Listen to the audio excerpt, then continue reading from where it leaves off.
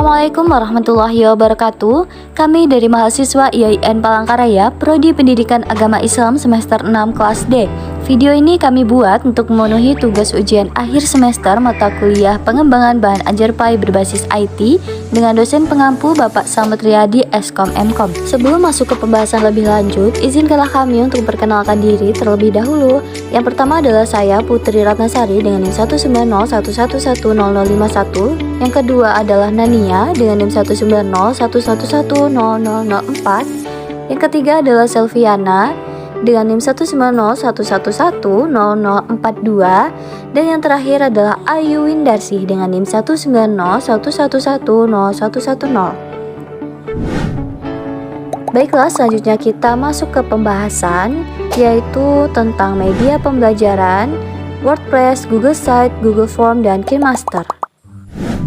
Halo guys, assalamualaikum warahmatullahi wabarakatuh. Di sini saya akan menjelaskan tentang WordPress. WordPress adalah platform untuk membuat blog dan website yang memiliki berbagai fungsionalitas. Saat ini, WordPress juga menjadi sistem manajemen konten yang menaungi lebih dari 35% website di dunia. Dan presentasi ini masih akan terus meningkat. WordPress sendiri merupakan aplikasi berbasis website, baik pemilik website maupun editor dan pembuat konten bisa mengelola website dan mempublikasikan konten mereka melalui aplikasi ini tanpa harus menguasai pemrograman terlebih dahulu. Pada umumnya, WordPress digunakan untuk blogging, namun WordPress bisa dimodifikasi menjadi website e-commerce atau yang biasa kita sebut toko online, website portofolio, koran online, dan lain sebagainya. Nah, salah satu keunggulan platform ini adalah software antarmukanya yang intuitif dan user-friendly jika sering menggunakan Microsoft Word. Kita pasti akan sangat familiar dengan halaman editor WordPress ini. Kita bisa langsung menulis dengan mempublikasikan postingan tanpa ribet, berkat sistem antarmukanya yang sangat-sangat simpel. WordPress ini bersifat open source dan gratis untuk semua penggunanya. Dengannya, hampir semua orang di seluruh dunia bisa membuat website yang berkualitas, memiliki tampilan modern, dan tentunya punya fitur yang beragam. Oke, mungkin itu saja penjelasan dari saya. Terima kasih.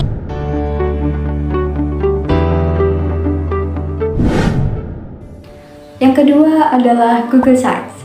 Google Sites adalah sebuah produk yang dibuat oleh Google untuk membuat situs baik untuk keperluan pribadi, personal, tim maupun komunitas. Dalam dunia pendidikan, Google Sites ini sangat menunjang proses pembelajaran jarak jauh, yang mana pendidik dapat memanfaatkannya sebagai media pembelajaran yang interaktif dengan menambahkan media gambar ataupun visual animasi bergerak melalui Google Drive, Google Penelusuran, ataupun dari perangkat yang telah disediakan oleh Google Sites. Dan juga dapat menambahkan video, baik itu menyematkan link dari link YouTube, link blog, ataupun dari lainnya. Selain itu, pendidik juga dapat dengan mudah mendesain atau membuat website semenarik mungkin, karena di dalam Google Sites sudah tersedia yang namanya sistem drag and drop, yaitu mengklik dan menggeser dengan mudah tanpa perlu memahami programming atau coding. Nah, selain itu, guru juga bisa mengupload materi pembelajaran dengan mudah, dan juga peserta didik dapat dengan mudah mengakses materi pembelajaran yang telah diupload oleh guru dengan biaya yang sangat terjangkau atau gratis, dan juga dapat diakses dimanapun dan kapanpun. Selain itu, guru juga dapat membuat evaluasi terkait dengan pemahaman siswa mengenai suatu materi yang telah disajikan di dalam Google Sites, yaitu dengan cara membuat poster ringan dengan mengintegrasikan Google Sites dengan Google Form, yang mana nantinya jawaban dari siswa tadi secara otomatis dapat diunduh melalui respon jawaban di Google Form.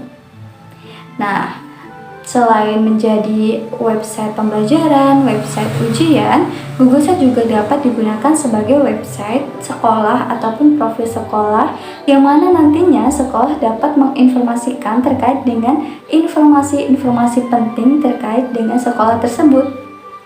Nah, Itulah kelebihan dari Google Sites, yaitu dapat digunakan sebagai media pembelajaran, yakni website pembelajaran dan juga website ujian, dan juga sebagai website sekolah. Nah, selanjutnya yaitu tentang pembuatan soal ujian menggunakan Google Form. Apa sih Google Form itu? Google Form adalah layanan untuk membuat survei atau kuesioner online yang disediakan oleh Google. Nah, Google Form ini juga digunakan secara luas karena cara membuat Google Form yang tergolong simpel dan mudah. Selain itu, Google Form juga 100% gratis, yang dimana tidak akan mengeluarkan budget sama sekali atau menggunakan sebuah kertas ataupun tintanya. Selanjutnya, kegunaan dari Google Form ini yaitu Google Form atau disebut Google Formulir dalam bahasa Indonesianya merupakan layanan yang disediakan Google untuk membuat survei dan kuesioner. Namun, sebenarnya terdapat fungsi lain dari Google Form tersebut. Selain berguna untuk membuat survei dan kuesioner, Google Form juga berfungsi untuk membuat kuis, mengumpulkan lamaran pekerjaan, mengumpulkan biodata, pendaftaran suatu acara atau RSVP, dan masih banyak lagi kegunaan lainnya dalam Google Form tersebut. Selain kegunaan, Google Form juga memiliki manfaat, yaitu manfaat dari Google Form yang pertama, menghemat pengeluaran. Nah, dengan menggunakan Google Form yang dibuat dalam dibagikan secara online, Anda tidak perlu lagi nih mencetak super atau menggunakan kertas. Dengan demikian, Anda dapat menghemat pengeluaran berupa kertas dan tinta. Jadi, di sini merupakan Google Form itu untuk menghemat sebuah pengeluaran. Yang kedua yaitu menghemat waktu dan tenaga. Google Form dapat dibagikan menggunakan email atau link kepada orang lain sehingga Anda tidak perlu lagi beranjak dari komputer atau smartphone Anda untuk membagikan survei tersebut. Nah, dengan demikian Anda tidak perlu lagi mendatangi satu persatu responden tersebut. Manfaat yang ketiga yaitu data tersimpan secara aman. Setiap form yang Anda buat dan setiap jawaban dari responden akan disimpan di Google Drive milik Anda. Karena tersimpan di Google Drive, Anda tidak perlu takut data Anda hilang ataupun terhapus. Hai, tidak terasa ya kita sudah mencapai komentar terakhir, yaitu mengenai software editing di handphone. Saya sendiri akan menjelaskan salah satu penggunaan media editing di dalam handphone, yaitu salah satunya adalah KineMaster. KineMaster adalah sebuah aplikasi smartphone yang khusus digunakan untuk keperluan editing video. Aplikasi ini tentunya dikembangkan oleh Nextreaming, yaitu sebuah perusahaan yang bergerak dalam bidang pengembangan perangkat lunak multimedia yang berkantor pusat di Seoul atau Korea. Nah, aplikasi ini pertama kali dirilis pada tahun 2013, tepatnya pada tanggal 26 Desember tahun 2013. KineMaster mengusung tampilan yang cukup simpel, akan tetapi menyimpan fitur yang cukup powerful. Pada saat pertama kali kalian membuat atau membuka aplikasi ini, tentunya kalian hanya akan menemukan 4 tombol. Fungsi dari KineMaster sendiri adalah seperti ulasan sebelumnya. KineMaster merupakan aplikasi yang digunakan untuk pengolahan video.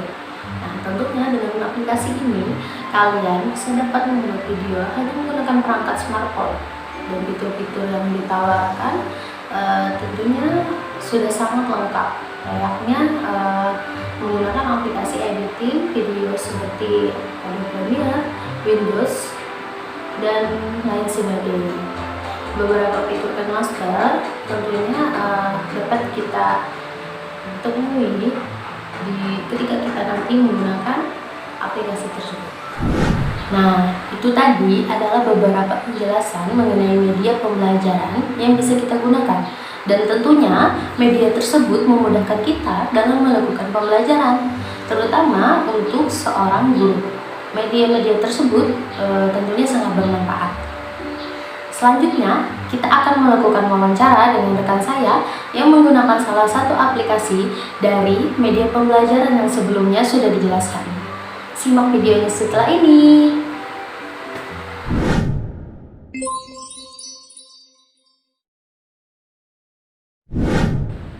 Nah, di sini saya sudah bersama dengan rekan saya, yaitu saudari Sofiana. Nah, di sini saya akan melakukan wawancara mengenai media pembelajaran apa sih yang digunakan oleh saudari Selviana. Oke, media pembelajaran yang saya gunakan itu salah satunya WordPress. Apa sih alasan dari saudari Selviana menggunakan media pembelajaran tersebut? Karena gampang sekali digunakan oleh pendidik atau peserta didik. Lalu, apakah terdapat sebuah keunggulan di dalam media pembelajaran yang menggunakan aplikasi WordPress tersebut? Tentunya ada. Yang pertama itu mempermudahkan pendidik untuk membuat materi pembelajaran untuk kita didik. Kemudian yang kedua itu kita bisa menambahkan gambar sekreatif mungkin biar siswa itu tidak bosan pada pembelajaran kita yang telah diajarkan. Gitu. Kemudian yang ketiga itu biayanya itu sangat murah gitu ya, murah dijangkau. Oh, berarti asik sekali ya dalam menggunakan WordPress ini. Selain murid tidak mudah bosan, biayanya pun juga sangat terjangkau. Lalu, apakah terdapat kendala pada saat saudari Selviana melakukan atau menggunakan aplikasi WordPress ini? Nah, kendala yang pertama itu tentunya itu jaringan, karena tidak semua di Indonesia ini jaringannya itu bagus ya. Jadi banyak kendala itu tuh karena jaringan. Kemudian yang kalau digunakan HP sama laptop itu tuh lebih baik laptop daripada HP. Karena HP itu sangat susah digunakan kalau menggunakan WordPress tersebut. Berarti untuk pemula bagi yang mau menggunakan aplikasi WordPress ini sangat disarankan untuk menggunakan laptop karena jika menggunakan HP sangat susah ya dalam penggunaannya, pengaplikasiannya. Lalu bagaimana sih kesan selama saudari Selviana melakukan atau menggunakan aplikasi WordPress tersebut? Jadi kesannya itu sangat gampang digunakan sekali untuk pendidik seperti saya itu, dan kemudian WordPress ini bisa kita buat sekreatif mungkin ya, sekreatif mungkin. Dan bagi yang suka menulis nih, ini dianjurkan sekali untuk menggunakan media WordPress tersebut ya, karena sangat gampang sekali digunakan dan banyak kreatif yang bisa kita gunakan. Wah, banyak sekali ya keuntungan dari penggunaan aplikasi WordPress ini. Selain harganya yang terjangkau, lalu sangat bermanfaat sekali nih untuk penulis yang tidak mau membuang-buang pulpen ataupun buku, bisa sangat dianjurkan sekali menggunakan WordPress ini. Selain WordPress ini juga bisa kita menyalinkan link supaya orang di luar sana bisa melihat hasil karya tulisan kita di dalam WordPress ini. Bahkan yang menarik sekali ya, di dalam WordPress ini bisa di-like ya oleh orang-orang yang melihatnya. Jadi mungkin cukup sekian wawancara kita pada hari ini. Terima kasih kepada saudari Selviana karena sudah mau berkenan saya wawancara. Ya, akhirul kalam. Wassalamualaikum warahmatullahi taala wabarakatuh. WordPress adalah perangkat lunak yang dapat kita gunakan untuk membangun situs web atau blog kita sendiri dan mempublikasikannya di internet. Ini juga disebut dengan sistem manajemen konten atau CMS untuk para ahli teknologi di luar sana yang menyukai istilah itu.